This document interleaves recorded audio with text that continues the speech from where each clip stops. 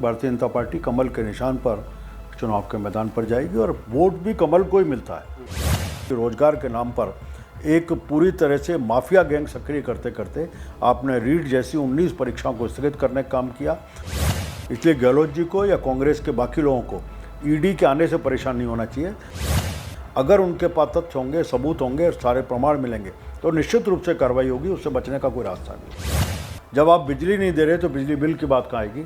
एक तरह से केवल लुभावनी बातें करके मुख्यमंत्री जी बरगलाने का काम कर रहे हैं। केवल प्रधानमंत्री नरेंद्र मोदी जी नहीं बल्कि पार्टी के सभी वरिष्ठ नेता भारतीय जनता पार्टी के राजस्थान के कार्यकर्ताओं के साथ, नेताओं के साथ सतत चुनाव का काम करें। नमस्कार, आप देख रहे हैं द फैक्ट इंडिया। मैं हूं आपके साथ मनीष गौड़। राजस्थान में 6 महीनों के बाद विधानसभा चुनाव होने हैं। बीजेपी, कांग्रेस अपनी अपनी तैयारियों में जुटी हुई है। वहीं आपको बता दें कि भारत में 5 राज्यों में चुनाव होने वाले हैं, जिसके लिए सभी पार्टियां नजर बनाए हुए हैं कि हम ये जो सीट है वो निकाल ले और अपनी जो दबदबा है वो बरकरार रखें। आज हमारे साथ राजनीति पे बात करने के लिए मौजूद है राजस्थान के पूर्व प्रदेशाध्यक्ष अरुण चतुर्वेदी जी, जिससे हम बातचीत करेंगे राजस्थान की सियासत पर। सर, स्वागत है आपका। नमस्कार मनीष जी। चुनाव होने वाले हैं, बीजेपी ने मुख्यमंत्री का चेहरा घोषित नहीं किया है और खबरें आ रही है कि चेहरा घोषित नहीं करेंगे, तो इसकी वजह क्या है? देखो, भारतीय जनता पार्टी एक वैचारिक पार्टी है। हम सब कार्यकर्ताओं के आधार पर काम करते हैं और वोट जो मिलता है वो पार्टी को मिलता है। इसलिए पार्टी ने इस बात को आपने बहुत पहले तय कर चुका है कि भारतीय जनता पार्टी कमल के निशान पर चुनाव के मैदान पर जाएगी और वोट भी कमल को ही मिलता है और पार्टी के विचारधारा को मिलता है। इस कारण से अब तो क्या जो खबरें सामने आती है कि खेमेबाजी है या मनमुटाव है अंदरूनी रूप से बीजेपी पार्टी में राजस्थान में? नहीं, पार्टी तो एक मुखी है। मीडिया इसको चर्चा करना बंद कर दे तो बीजेपी में कुछ नहीं है। हम सब बैठ कर के एक साथ बैठ के तय करते हैं, सारे कार्यक्रमों की योजना बनाते हैं, उसमें सम्मिलित होते हैं और मिलजुल करके उस कांग्रेस को घेरने का काम लगातार कर रहे हैं। बीते महीने में सचिन पायलट, अशोक गहलोत दोनों में मनमुटाव चल रहा था। सचिन पायलट जो बड़ी ही आक्रामक तरीके से चेतावनी दी थी अपनी सरकार को, मुख्यमंत्री को कि कार्रवाई करनी चाहिए 3 मांगों को। अब वो शांत हो गए जब से दिल्ली में बैठक हुई है।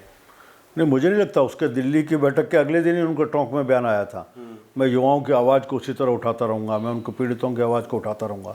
ये अपने आप में प्रकट करता है कि दिल्ली की बैठक का कोई परिणाम नहीं निकला। लेकिन उन्होंने कहा कि आंदोलन करूँगा, आंदोलन नहीं किया कुछ। आंदोलन का ये तो जवाब उसका वो देंगे। मैं भारतीय जनता पार्टी उनके बयानों के और उनके विषय में प्रवक्ता नहीं है, मैं भी नहीं हूँ प्रवक्ता, इसलिए उनका क्या है। लेकिन एक बात स्पष्ट रूप से दिखती है कि उस दिन जिस दिन वो वेणुगोपाल जी के साथ खड़े थे, बॉडी लैंग्वेज बता रही थी कि सचिन पायलट जी उन सब बातों से संतुष्ट नहीं है और उसके बाद टोंक में भी जो उनका वक्तव्य आया वो भी कहीं ना कहीं असंतोष को पूरी तरह से प्रकट करता है।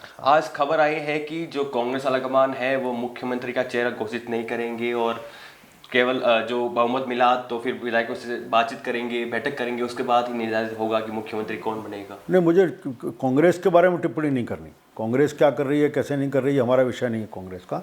आज हालत यह है कि कांग्रेस जिस चेहरे के ऊपर चुनाव लड़ी थी और जो 4.5 साल से मुख्यमंत्री बने, राजस्थान की जनता ने देखा है कि जिन वादों को पूरा करते हुए आए थे उन वादों को पूरा नहीं किया। आज हालत यह है कि विधानसभा के पटल के ऊपर सरकार जवाब देती है। जिस किसानों की ऋण माफ़ी की बात की थी उसमें 14,000 किसानों की ज़मीनें कुर्क कर ली गई। इसका जवाब अशोक गहलोत जी दे दें। जब आपने वादा किया था कि हम बेरोजगारों को बेरोजगारी भत्ता भी देंगे, रोजगार के अवसर देंगे, ना तो बेरोजगारी भत्ता अशोक गहलोत जी आपने दिया और ना ही रोजगार के अवसर, बल्कि रोजगार के नाम पर एक पूरी तरह से माफिया गैंग सक्रिय करते करते आपने रीट जैसी 19 परीक्षाओं को स्थगित करने का काम किया। युवाओं के भविष्य को पूरी तरह से अंधकार में ढकेलने का काम किया। कानून व्यवस्था बदतर है, तुष्टीकरण चरम के ऊपर चल रहा है। इस समय महिलाओं के साथ दुष्कर्म बढ़ रहा है।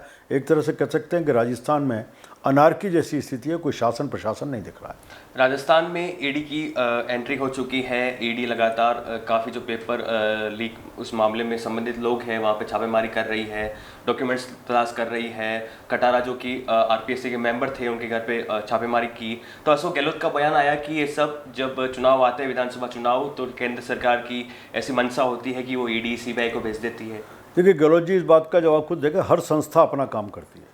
आपने राजस्थान में एसीबी को किया, एसीबी ने अपना काम किया, लेकिन हम सब ने देखा है कि आप एक तरफ एक ही टेलीफोन कांड के मामले में जब कुछ लोगों को बुला करके जेल में डालने का काम करते हो, वहीं आपके एक मंत्री और एक के विधायक की जब टेलीफोन कांड होता है, उनको चाय की टेबल पर बिठा करके उस मुकदमे को समाप्त करते हो, वहीं दूसरे व्यक्ति को आप मंत्रिमंडल से जो हटाने का काम करते हो, वापस मंत्री बनाने का काम करते हो। ये दोहरे चरित्र राजस्थान की जनता लगातार देख रही है। रीट के मामले में भी आज तक प्रश्न चिन्ह है। बोर्ड ऑफ सेकेंडरी एजुकेशन के चेयरमैन जारोली जी, आपने उनको पद से बर्खास्त तो किया, लेकिन पूछताछ के लिए एसीपी ने कभी नहीं बुलाया। इसके तार सीधे से राजीव गांधी स्टडी सेंटर से जोड़ रहे हैं। स्टडी सेंटर के केवल 2 गुर्गों को पकड़ने से काम नहीं होता, उसके चेयरमैन कौन थे, मुख्यमंत्री के ऑफिस के साथ उसके जोड़ी हुई। इसलिए भारतीय जनता पार्टी ने बार बार सदन के अंदर भी बाहर भी इस बात की मांग की कि सीबीआई से इसकी जांच कराई जाए। आपने जब इस बात को पूरी तरह राजनीति में एक तरह से समाप्त करने का काम किया, तब हर संस्था अपना काम करेगी। इसमें ध्यान आता है कि मनी लॉन्ड्रिंग के केस ध्यान आते हैं, राज्य के बाहर भी विषय को सारे जा रहे हैं। ईडी का काम करने का अपना तरीका है, उनका कानून है। ईडी किसी के इशारे पर काम नहीं करती, जहां उनको अपने विषयों को देखता है वहां काम करने पहुंचती है। और सीबीआई और ईडी ये बात तब उठती है जब उनके पास कोई तथ्य मिलेंगे तो मुकदमे को दर्ज करेगी या कार्रवाई करेगी। इसलिए गहलोत जी को या कांग्रेस के बाकी लोगों को ईडी के आने से परेशान नहीं होना चाहिए। अगर उनके पास तथ्य होंगे, सबूत होंगे और सारे प्रमाण मिलेंगे तो निश्चित रूप से कार्रवाई होगी, उससे बचने का कोई रास्ता नहीं। राष्ट्रीय लोकतांत्रिक पार्टी के संयोजक हनुमान बेनीवाल लगातार आक्रामक हो रहे हैं और वो कह रहे हैं कि मैं आंदोलन करूंगा। और बीजेपी जो वसुंधरा राजे है, अशोक गहलोत है, उनमें मिली भगत है, गठजोड़ है, बार बार ये बात कहते हैं। वहीं आम आदमी पार्टी के जो संयोजक है अरविंद केजरीवाल, वो भी यही बात करते हैं। जब उन्होंने एक तिरंगा यात्रा निकाली तो कहते हैं कि वसुंधरा राजे और अशोक गहलोत एक दूसरे को बचाते हैं हमेशा। देखिए, यहाँ तो हम सब मिलकर के भारतीय जनता पार्टी पूरी अशोक गहलोत को इनके 4.5 साल तक हर मुद्दे के ऊपर कटघरे में खड़ा किया। सदन के अंदर भी लगातार घेरा, सदन के बाहर भी, हर विषय पर। आज आपने देखिए कि बिजली की लिए आज मुख्यमंत्री जी कहते हैं कि बिजली माफ़ी की बात 4.5 साल तक याद नहीं आया। इन्हीं अशोक गहलोत जी ने कहा था कि हम बिजली को पूरी तरह न तो कीमतों में वृद्धि करेंगे और किसी प्रकार का कर नहीं लगाएंगे। आज ऐसा हालत है कि 6 बार वृद्धि कर ली, 16 बार फ्यूल चार्ज लगाया, हर आदमी के ऊपर वजन डाला, 4.5 साल तक उस आदमी को पूरी तरह से वजन में ढकेल दिया। और अब जब चुनाव के मोड़ पर खड़े हो तो आप 4 महीने कह रहे हो कि हम बिजली की माफ़ी करने का काम करेंगे। बिजली की माफ़ी तब होगी जब बिजली आएगी। आज तो हालत ये है कि नीचे तक आप जाएंगे तो 6 घंटे से अधिक बिजली का दावा तो सरकार ही नहीं कर रही। जब आप बिजली नहीं दे रहे तो बिजली बिल की बात कहाँ आएगी। एक तरह से केवल लुभावनी बातें करके मुख्यमंत्री जी बरगलाने का काम कर रहे हैं। क्या हनुमान बेनीवाल की पार्टी या हनुमान बेनीवाल चुनौती बनेंगे बीजेपी के लिए? भारतीय जनता पार्टी अपनी ताकत और कार्यकर्ताओं की जो शक्ति है और संगठन का कौशल, अपने मुद्दे और विचारधारा और इस सरकार की नाकामियाँ, नरेंद्र मोदी के 9 साल के काम, इन सब को लेकर के सरकार में जाएगी। और जनता का विश्वास खड़ा हुआ है कि भारतीय जनता पार्टी जो कहती है वो करती है। इस सरकार के लगातार 4.5 साल के पूरी तरह से फेल रही है सरकार। इसलिए मुझे विश्वास है अपने बलबूते पर भारतीय जनता पार्टी एक पूर्ण बहुमत नहीं बल्कि अच्छे बहुमत के साथ सरकार बनाएगी। अंतिम सवाल आपसे पूछना चाहूँगा कि कांग्रेस के जो नेता है वो कहते हैं कि प्रधानमंत्री नरेंद्र मोदी अब हर जिले में जाएंगे, विधानसभा सीटों पर चुनाव के लिए प्रचार करेंगे, तो ये हालत है बीजेपी को प्रचार करने के लिए मोदी का चेहरा ही मिल रहा है। भारतीय जनता पार्टी में हर कार्यकर्ता चाहे वो किसी दायित्व पे हो पार्टी के लिए काम करता है। हमारे लिए छोटे से छोटे चुनाव को महत्वपूर्ण मानते हैं और प्रधानमंत्री नरेंद्र मोदी जी भी कार्यकर्ता के नाते से पार्टी के हर चुनाव को एक जिम्मेदारी से लड़ने की बात करती है। जब भी पार्टी उनसे कहेगी जहाँ जाने के लिए वो सहज रूप से उसको काम को करते हैं, प्रचार करते हैं। हम हार और जीत के तराजू में नहीं देखते। भारतीय जनता पार्टी के कार्यक्रमों को पहुंचाना, केंद्र सरकार के लगातार 9 साल तक जनहितैषी जो काम हुए हैं उसको आम आदमी तक पहुंचाना, इन विषयों को लेकर के केवल प्रधानमंत्री नरेंद्र मोदी जी नहीं बल्कि पार्टी के सभी वरिष्ठ नेता भारतीय जनता पार्टी के राजस्थान के कार्यकर्ताओं के साथ, नेताओं के साथ सतत चुनाव का काम करें। सिविल लाइन्स की जनता को आप क्या कहना चाहोगे? मैं तो केवल इतना कह रहा हूँ कि अब इससे पहले के 13 से 18 में हमने विकास दिए थे। आज केवल पानी के विषय को लेकर के कहें तो पानी में कह सकता हूँ कि बनी पार्क में पानी की पूर्व पाइपलाइन, हसनपुरा जैसे क्षेत्र में पूरी की पाइपलाइन खड़ी करने का काम किया। सी स्कीम में पंप हाउस, टंकी बना करके पाइपलाइन हमने देने का काम किया। इसी तरह शांतिनगर, जमुनानगर और सुशीलपुरा इस क्षेत्र को पानी दिया। मेहनत नगर और अशोकपुरा यहाँ पानी देने का काम किया। गुजर की थड़ी में 13 करोड़ का प्रोजेक्ट ला करके पानी की टंकी और प्रोजेक्ट लेकर के आए। 3 डिस्पेंसरी, चाहे खातीपुरा की होगी, स्वेज फार्म की होगी, और 3 जगह की डिस्पेंसरीज़ को हमने बना करके उनका अपग्रेडेशन, लोगों को वहीं उसका सुविधा मिले, इसको सुनिश्चित करने का काम किया। आज द्रव्यनती जैसा प्रोजेक्ट जो 17,000 करोड़ का राजस्थान लेके आए, उसमें भी बहुत बड़ा क्षेत्र सिविल लाइंस का था, जिसमें लोगों को राहत भी मिली। लेकिन दुर्भाग्य से इन 4.5 सालों में बातें तो बहुत हो रही हैं, लेकिन काम नहीं। हालत है कि द्रव्यनीति को पूरी तरह चौपट कर दिया। पानी के प्रोजेक्ट को लेकर के हमने लगभग 200 करोड़ के, उसके ऊपर आगे बढ़ते हुए कोई प्रोजेक्ट नहीं, जबकि केंद्र से पूरा पैसा आ रहा है। अब स्वेज फार्म, आज जगह जगह कहीं सीवर लाइन की बात होती है। अमृत योजना के तहत केंद्र सरकार पैसे दे रही है, और उसके बाद भी राजस्थान की सरकार और वर्तमान विधायक महोदय उस पैसे का भी उपयोग करके नीचे तक नहीं पहुंचा पा रहे।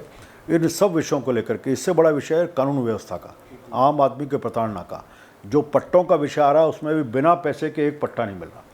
जिस प्रकार से पूरे सिविल लाइन क्षेत्र में थड़ी और ठेले वाले 4 साल में कुकर मुत्ते की तरह बढ़े। मैं थड़ी और ठेले बढ़े इसके खिलाफ नहीं हूँ, लेकिन उनके लिए वेंडर जोन बना करके उनको प्रॉपर स्थान पर खड़े हों, उनका कोई एडवोकेशन हो, उनको लाइसेंस जारी करने का काम हो, इसकी प्रक्रिया पूरी होनी चाहिए। इसके विपरीत आते हैं तो कौन आ रहा है, कहाँ से आ रहा है, इसके बारे में कोई जानकारी नहीं। इसके साथ ही मीट की दुकानें, शराब का पूरी तरह से आपको रात को 2 बजे भी चाहिए शराब उपलब्ध होगी।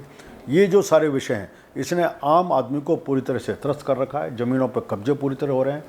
आज हर थाने और चौकी, सिविल लाइंस के सब थानों पे मैं कह सकता हूँ कि पूरी तरह से सत्ता का प्रभाव हारी है, और सत्ता के कारण से ही वह मुकदमे दर्ज करने का, उसके ऊपर काम होने का। तो ये हमारे साथ है प्रदेशाध्यक्ष, जो पूर्व प्रदेशाध्यक्ष रह चुके हैं, अरुण चतुर्वेदी, जो कई बार विधायक रह चुके हैं। इन्होंने बातचीत की, हमें समय देने के लिए बहुत बहुत धन्यवाद सर। और आप देखते रहिए द फैक्ट इंडिया, जुड़े रहिए हमारे साथ। नमस्कार।